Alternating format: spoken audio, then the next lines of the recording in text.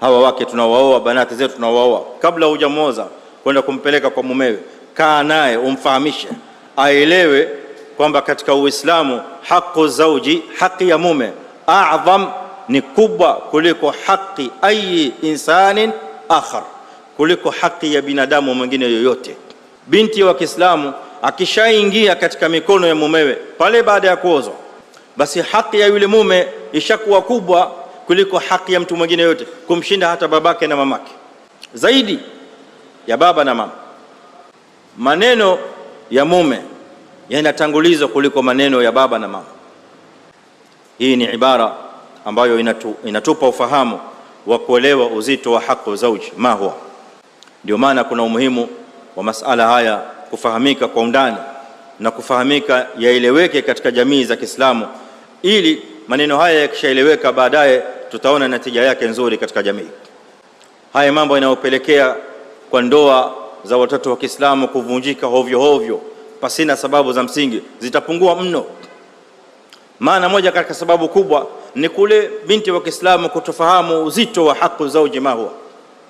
Unasikitika saa nyingine binti wa Kiislamu aweza kupewa, anaishi chini pamoja na mumewe, lakini mumewe akimwambia jambo binti wa Kiislamu amwambia lakini babangu ansema. Mume amwambia jambo binti wa Kiislamu amwambia lakini mamangu ansema. Hajafahamu bado ma huwa idham haki zauji alaiha, hajaelewa uzito wa haki ya mume juu yake yeye yule binti. Ushahidi wa maneno haya katika hadithi alizoziweka Imam Nawawi rahimahullah ta'ala.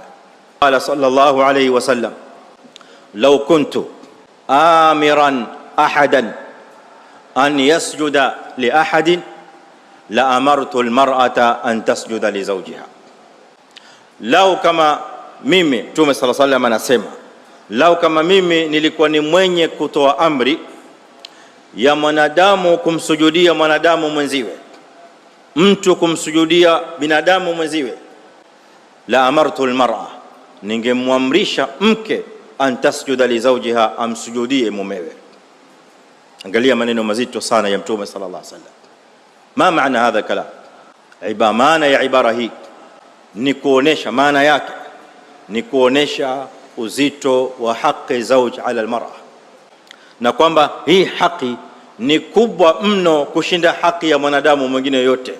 Mke akishaingia katika mikono ya mume, hakuna cha baba tena, hakuna cha mama, hakuna cha ndugu, hakuna cha nani. Aliyoko mbele yake ni mume fakat. Haki yake inatangulizwa yule mume mbele ya haki hawa wanadamu wengine wote.